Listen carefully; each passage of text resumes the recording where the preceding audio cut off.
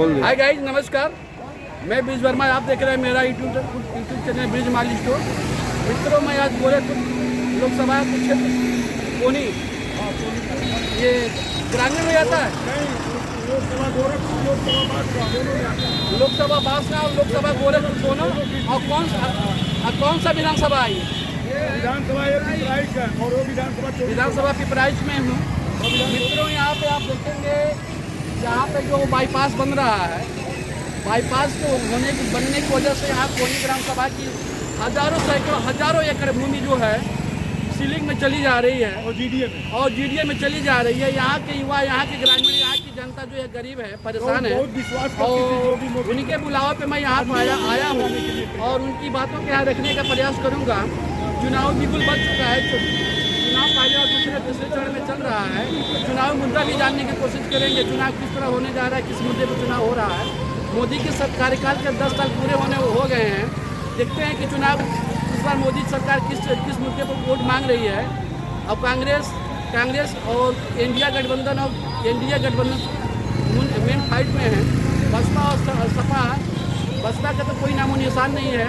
चलिए आगे हम चलते हैं अपने युवा मित्रों के साथ और जानने की कोशिश करते हैं कि चुनाव किस तरफ जा रहा है। और यहाँ कोनी जो ग्राम सभा है और बांसगांव और गोरखपुर लोकसभा और विधानसभा पिपराइच के लोगों की समस्याएं क्या हैं, इसको जानने की कोशिश करते हैं। नमस्कार, आपका शुभ नाम क्या पड़ेगा? नागेश्वर लाल पांडे मेरा नाम पड़ेगा। और सबसे पहले मैं आपको आपके चैनल के माध्यम से सर्वप्रथम मैं आपको सादर प्रणाम करता हूं। और जितने लोग इस चैनल को देख रहे हैं उन सभी लोगों का वंदन अभिनंदन करता हूं। और मैं गोरखपुर की भूमि से हूं, उस तपोभूमि से जिस तपोभूमि से अच्छे लोग आए।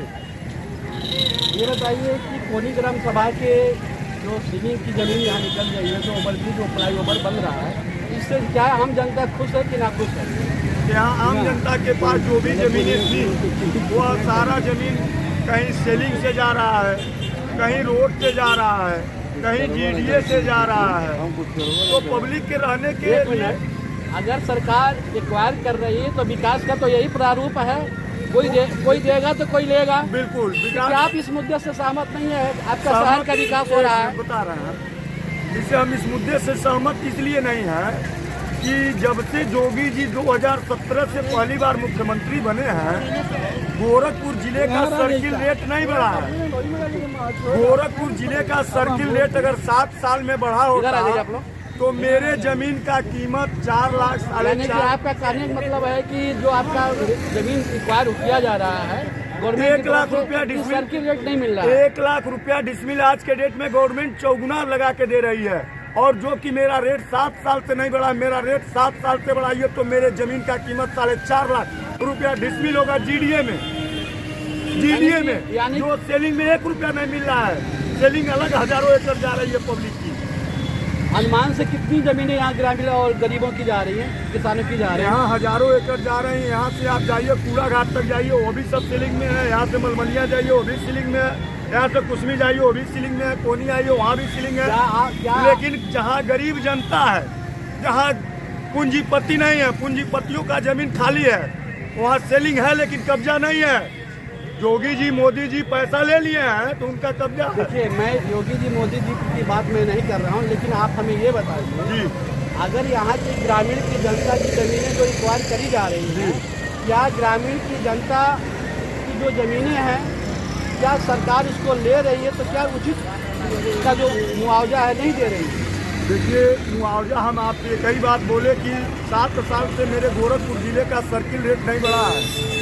उससे मेरे 7 साल का सर्किल रेट बढ़ा के उसका 6 गुना आप दे दीजिए और मेरे ज़मीन को आराम से आप ले लीजिए। कोई अगर आप लोगों की इतनी परेशानी है, इतने कष्ट हैं, तो क्या आपके जो लोकल कैंडिडेट है, लोकल सांसद हैं, लोकल विधायक है, लोकल नेता है, क्या इस मुद्दे पर आप लोग? नहीं, मेरे यहाँ लोकल कैंडिडेट नहीं है।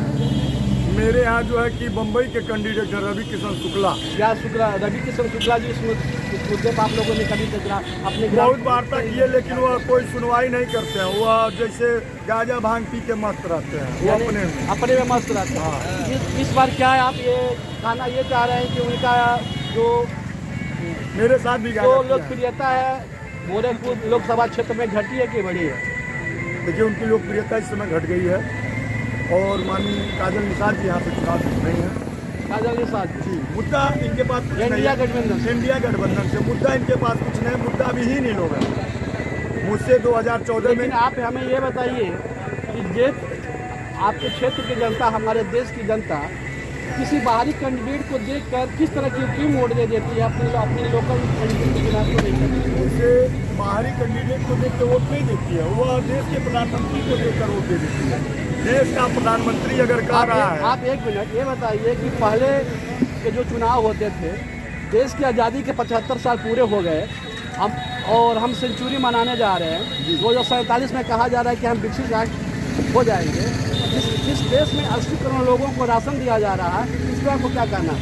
जैसे मान लीजिए जो भी राशन ये लोग दे रहे हैं, ये हमारा ही तो पैसा है। हम तो GST गब्बर सिंह टैक्स ले रहे हैं। क्या आपको लग रहा है कि जिस देश के लोग 80 करोड़ के राशन पर निर्भर है, क्या वो देश विकसित हो सकता है? यह राशन तो हमको पहले से भी मिलता था। इतना ही है कि यह कोरोना काल से यह राशन को 2 रुपया किलो पहले हम खरीदते थे, 2 रुपया के लिए हमको छूट दे दिया है।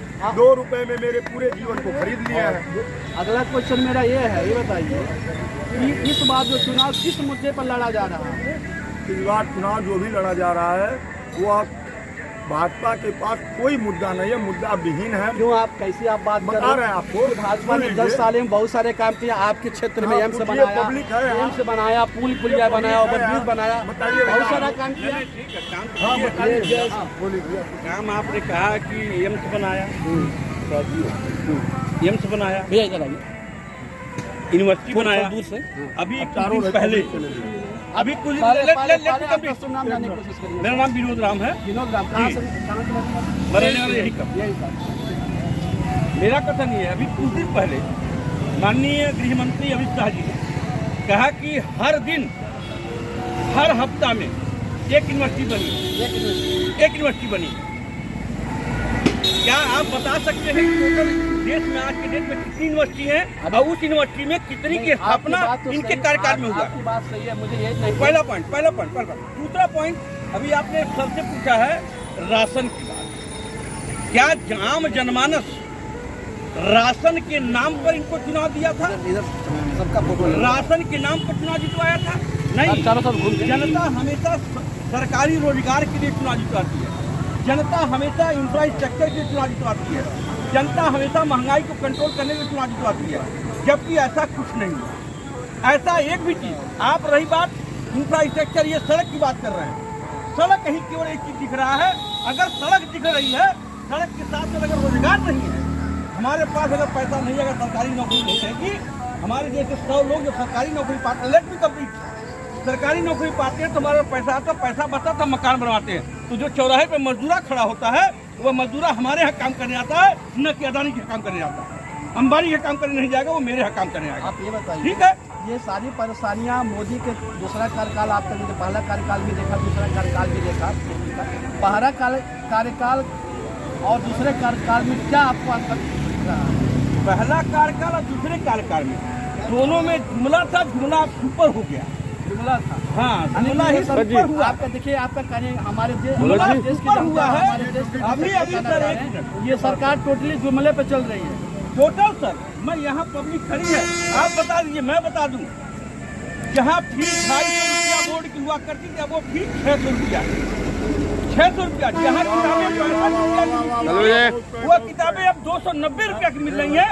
और 500 रुपये का राशन महीने का दे करके 12, 25, 60, 6,000 रुपया महीना आप दे रहे हैं। और उस बच्चे से, उस गार्जियन से कैसे पैसा वसूल रहे हैं आप, ये भी जरा दिख रही है। पहला पॉइंट। दूसरा पॉइंट, एजुकेशन किस देश में नहीं है। अगर आप कहते हैं कि 80 करोड़ 140 करोड़ में 80 करोड़ को हम राशन दे रहे हैं, इट इंडिकेट दैट कि हम अभी भी उतने पुअर हैं, इतने गरीब हैं। देखिए, एक कि हम जो आप करें 80 करोड़, लेकिन हमारे प्राइम मिनिस्टर का स्टेटमेंट है आप हमारे प्राइम मिनिस्टर का स्टेटमेंट ये है कि हम 2047 तक हम फिक्स प्लान हो जाएंगे। कैसे हो जाएंगे? कैसे? वही मैं बोल रहा हूँ कि जब 80 करोड़ लोग आज के डेट में भी आपके राशन पर जीवित रहने को मजबूर हैं, तो 80 करोड़ का मतलब 40 करोड़ लोग ऐसे ही को जो राशन पर जीवित हैं, तो आप कैसे कह सकते हैं कि हम कहने का मतलब ये है कि मोदी जी का ये जुमला है। हम किसी सरकार की बात करते हैं, चाहे वो मोदी सरकार हो चाहे कांग्रेस सरकार हो, अगर वह व्यक्ति आम जनमानस के रोजगार की बात नहीं करता है, जो हिंदू खतरे में है, 70 सालों तक हिंदू खतरे में नहीं था, आज हिंदू खतरे में कैसे आ गया? हिंदू 80% है, तो हिंदू खतरे में कैसे हो गया भैया? 80 लोग भारी है कि 20 लोग? Let me complete the sentence of all. 80 crore लोग जाते हैं कि 20 करोड़ लोग जाते हैं? 80 करोड़ जाते। 80 करोड़ का दुगना हाथ कर दिया जाए तो कितना हो जाएगा? 160 करोड़। और 160 पर 160 पैर हो जाएगा। इतना अगर 20 करोड़ लोगों को गिरेगा तो कहाँ जाएगा? तो हिंदू खतरे में नहीं है। पहला पॉइंट। धर्म का है, धर्म हर व्यक्ति का है, हर व्यक्ति पूजा पाठ करता है। धर्म का मतलब होता है अपनी आस्था।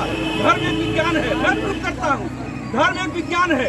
आप सुबह जाते हैं आराधना करने, सुबह पूजा पाठ करते हैं, शांति करते हैं 2 मिनट के लिए, आपका मस्तिष्क शांत होता है। जब मस्तिष्क शांत होता है तो आप अच्छा काम करते हैं। अच्छा काम करेंगे तो अच्छा परिणाम मिलेगा। यही ईश्वर की देन होती है। और इसके लिए कोई ठेकेदार, कोई राजनीतिक पार्टी नहीं हो सकती।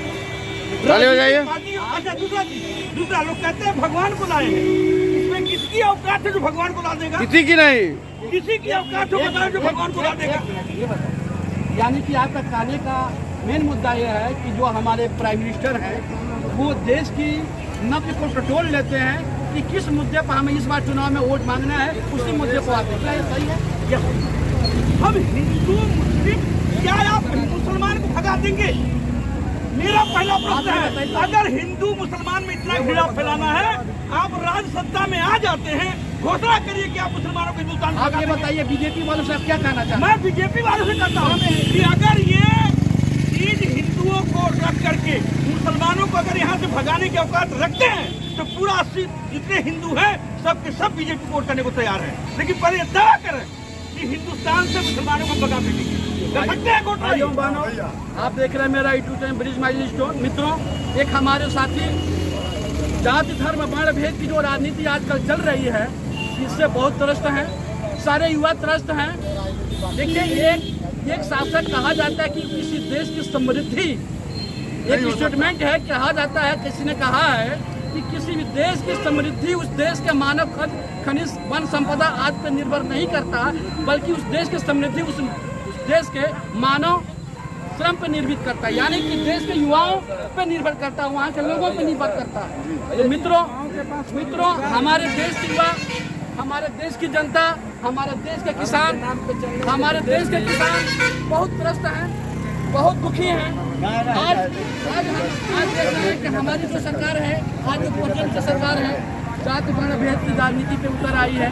पहला और दूसरा चरण भी अपनी व्यतीत हो चुका है। तीसरे चौथे इस मुद्दे पे आप देखेंगे कि किस तरह की राजनीति हो रही है। महाराज जी को घेरिए तो आइए। धर्म के नाम पे देश श्रीलंका था ना, उसका हाल देख रहे हैं।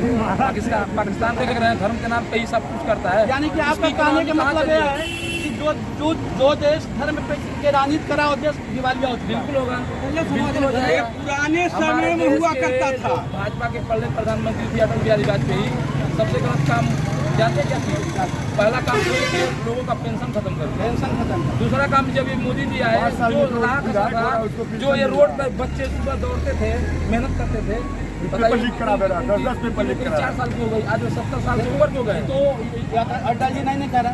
हाँ, अटल जी जो किए उससे बड़ा काम ये कर दिए। हाँ, जो नौकरी नहीं रहेगी, पेंशन की बात छोड़ो, पेंशन की बात छोड़ो, नौकरियां खत्म कर देते। ये बताइए कि सीधा बात क्या आप लोग युवा है बेटा, चारों तरफ से लो ना फोटो यार, एक जगह अस्थाई मत रहो आप। सबको तो ले रहे हैं भैया। सर टेंशन तो मैं बोलना चाहता हूँ। हेलो, दो बार हमें खड़ा रहो यार। पाली जो सरकार इनकी आई थी, हमने खड़ा रहो तो बहुत ज्यादा इसका प्रचार किए गए, बहुत ही महंगाई से सब कुछ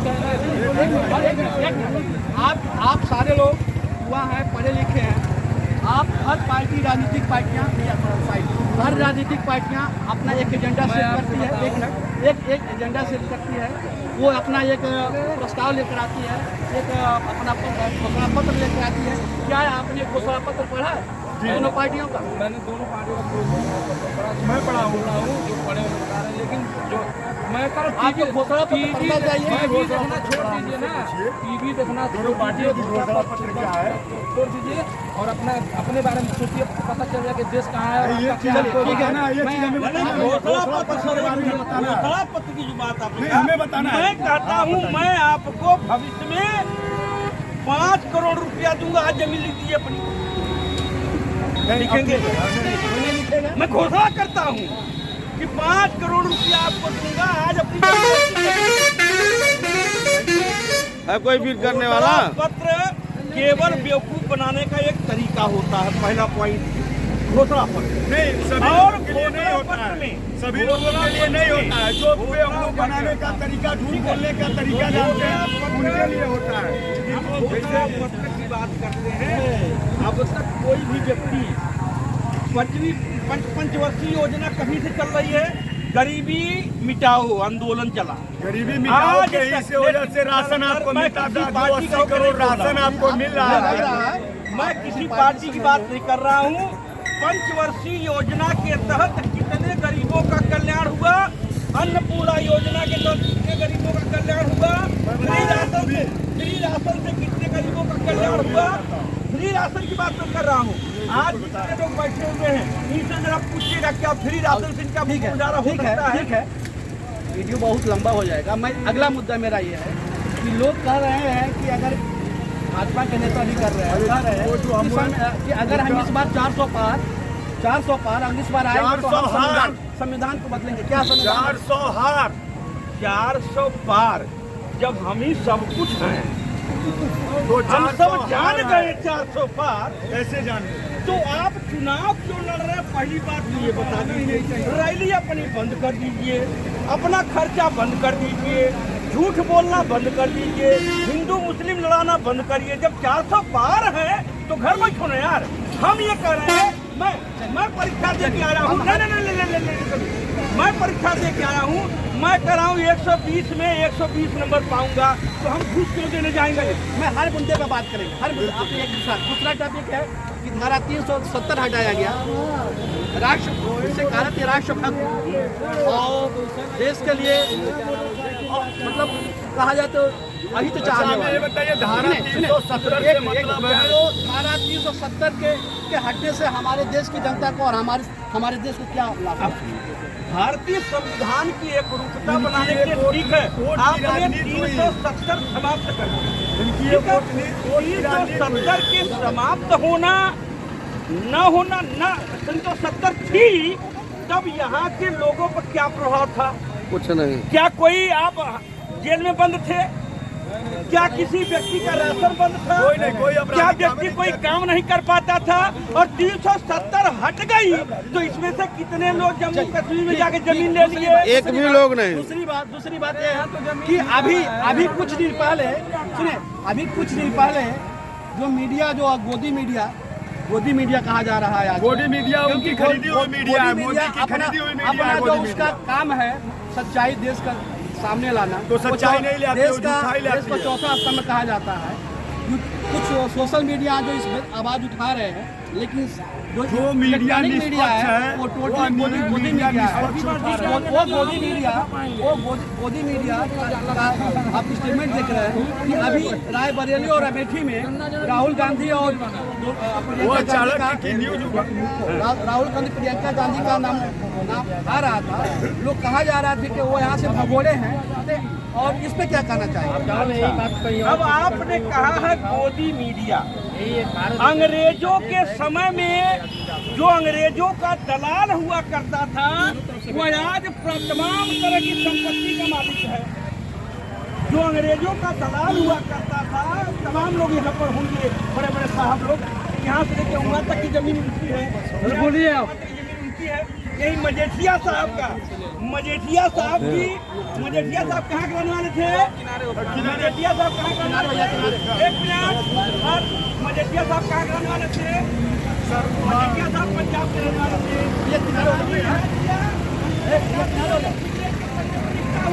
यहाँ से लेकर के तुम्हारा हाटा तक जमीन तुम्हारा है, चौरी चौरा पूरा तुम्हारा है। अब रही कोजी मीडिया की बात। कोजी मीडिया जो 25,000 की सैलरी पाती है वो खर्च एक मास्टर 1.5 लाख वो नहीं कर सकता, नहीं कर सकता है। मैं अगला क्वेश्चन, क्या आप लोगों को ये पता है इस 2015 में 2019 में भाजपा इंडिया जो इंडिया का गठबंधन है, इंडिया अपनी से चुनाव लड़ा। इस बार एनडीए गठबंधन इंडिया का मतलब एनडीए का कोई भी कैंडिडेट चुनाव नहीं लड़ रहा है जम्मू घाटी से, क्या आप लोगों को पता है? हाँ मालूम है। एनडीए गठबंधन का कोई भी मेंबर वहाँ चुनाव नहीं लड़ रहा जम्मू कश्मीर। कारण क्या है? कारण क्या है? अब 370 हटा के अगर फायदा होता तो वो जाके जबरदस्ती लड़ते। जगह से पूछ लो, एक मजदूर काम करने के कहा जा रहा है कि 370 हटाने से हमारे देश की जनता हमारे देश के युवा खुश नहीं है। 370 में फायदेमंद है तो उनको वहाँ फाइट करना चाहिए था। माहौल है, अभी भी है वहाँ डर का माहौल है। इसका मतलब है कि आप डर रहे हैं हमने गलत किया, ये आप खुद प्रूफ कर रहे हैं। आप चुनाव न लड़ करके इस बार चुनाव किस मुद्दे पे आपके देश आपके गोरखपुर की जनता एक मिनट आपकी गोरखपुर की जनता आपके गोरखपुर की जनता इस बार किस मुद्दे पर वोट हम बता रहे हैं। गोरखपुर की जनता रोजगार पर, महंगाई करने पर और पेपर लीक को बोल रहा है इस समय। पेपर लीक को रोकने के लिए, रोजगार पाने के लिए और महंगाई हटाने के लिए, और जो तमाम तरह की भ्रष्टाचार अंदर से चल रहा है। अब उतना नहीं दिक्कत हो रहा। इस बार मोदी और राहुल गांधी, इस बार राहुल गांधी को अब कहाँ पाते हैं? मोदी के राहुल गांधी, हम योगी राहुल गांधी या किसी की बात नहीं, जो भी व्यक्ति जनता को राशन के बदले रोजगार देने की बात करेगा, जनता को भ्रष्टाचार मुक्त व्यवस्था देने की बात करेगा, जो भी व्यक्ति सरकारी और पेपर लीक को रोकने का काम करेगा, जो भी व्यक्ति एजुकेशन को फ्री करेगा, उस व्यक्ति को जनता इस बार मोहर लगाएगी, चाहे वो राहुल गांधी हो, चाहे वो जय हो कोई हो। हम किसी व्यक्ति का नाम नहीं, हम किसी धन्यवाद। आप अपनी राय बताइए। मैं यही चाहता हूँ, मेरे गोरखपुर और बांसगांव लोकसभा में माननीय कमलेश पासवान जी बांसगांव लोकसभा में है और गोरखपुर में रवि किशन सिंह है। दोनों लोग अभी तक किसी पब्लिक से अगर मिले हों, इतनी पब्लिक यहाँ खड़ी है, किसी से नहीं मिले हैं। पूछ लीजिए किसी पब्लिक किसी से नहीं मिले हैं, किसी से नहीं मिले हैं, नहीं। भड़ुआ है क्या? माधव चौथ भड़ुआ है। आपके वर्तमान सांसद जो रहे क्या है घर है, उल्टा बोलवा तब उल्टा बोले के बाद जाओ यहाँ से। शब्दों का उच्चारण अच्छे शब्दों से करेंगे तो ये मीडिया लाइव देख रहे हैं, आप गलत ये सब नहीं बोल सकते हैं आप, ठीक है? आप माफी मांगे, सॉरी बोलिए, सॉरी। सॉरी। हाँ, ये सब शब्द नहीं का प्रयोग नहीं किया करिए। हमारे देश की जनता और हमारे कोनी जो राज्य विधानसभा की जनता भगत जी को लीजिए, हमारे पास थोड़ा दूर करो। अरे धूप लगा। हमारे देश की जनता, हमारे कोनी विधानसभा की क्षेत्र की जनता, ये दोनों लोकसभा के सांसद, राज्य विधानसभा के क्षेत्र की जनता इस बार इंडिया गठबंधन और जो एनडीए का गठबंधन है, हमें ये लग रहा है कि वर्तमान सांसद जो होते हैं, जो सांसद वो सिर्फ केंद्रीकरण के मुद्दे पर चुनाव जीतते हैं और लोकल कैंडिडेट को ना देकर कोई भी पार्टियां हैं ये बहुत गलत करती हैं। क्या इसके बारे में आप लोग क्या बताना चाहिए? चलो इस बार माननीय अखिलेश यादव जी ने गोरखपुर की रहने वाली काजल निशा का टिकट दिया है और हम लोग इस बार हम लोग 5 बार माननीय मुख्यमंत्री जी को यहाँ से सांसद बनाया, 2 बार मुख्यमंत्री बनाया और इस बार इंडिया गठबंधन को हम लोग वोट करेंगे। और माननीय काजल निशा जी यहाँ से चुनाव जीतने जा रही हैं, इंडिया गठबंधन की सरकार बनने जा रहा है। हर महिलाओं को साल में 1 लाख रुपया 8,500 रुपया ऐलान हुआ है, 1 लाख रुपया दिया है। 8,500 रुपया। आपने घोषणा पत्र पढ़ा है? तो मित्रों, समस्याएं देश में बहुत हैं। हर पार्टियां अपने फायदे के लिए अभी और पीछे भी। बताइए आप क्या कहना चाहते हैं? देखिए, मैं कहना यही चाहता हूँ कि गली गली में गर्जन है और बीजेपी का विसर्जन है। अगर बीजेपी का विसर्जन पब्लिक नहीं कर पाई तो पब्लिक का विसर्जन 2024 में बीजेपी करने का काम करेगी, हमारे संविधान को बेचने का काम करेगी, हमारे लोकतंत्र को खतरे में डालेगी। इसलिए हमारा सभी लोगों से अपील है, मुद्दा देखिए, विकास देखिए, बेरोजगारी देखिए, महंगाई देखिए, नौकरी देखिए, अपने बच्चों का भविष्य देखिए। उस मुद्दे पे आप वोट दीजिए, ना कि किसी के बहकावे में, ना कि किसी के भ्रमजाल में आप फंसे ना उठे। अपने भविष्य को देखें, अपने बच्चों को देखें। गली गली में गर्जन है, बीजेपी का विसर्जन है। आप देख रहे हैं मेरा यूट्यूब चैनल फिल्म मालिक को। मित्रों, यहाँ पे आने के बाद मुझे ये एहसास हो रहा है देश की जनता अब जाग चुकी है और जात धर्म वर्ण भेद को छोड़कर अपने लोकल मुद्दे पर चुनाव वोट करने जा रही है। और इस बार देखिए, हमारा हिंदू भी है, हमारा मुस्लिम भी है, हमारा सिख भी है, हमारा ईसाई भी है। कोशिश किया जा रहा है, नहीं बांटेंगे, वो बांट रहे हैं। इस बार भी हिंदू मुसलमान सिख ईसाई को बांटने की कोशिश किया जा रहा है, लेकिन नहीं बटेंगे। वो हमेशा जागरूक है, वो मेरे लीड है, मेरी अगली हड्डी है, इस बार मेरे चुनाव भाई में की। किसके बहुमत आता है। धन्यवाद। आप देख रहे हैं मेरा यूट्यूब चैनल।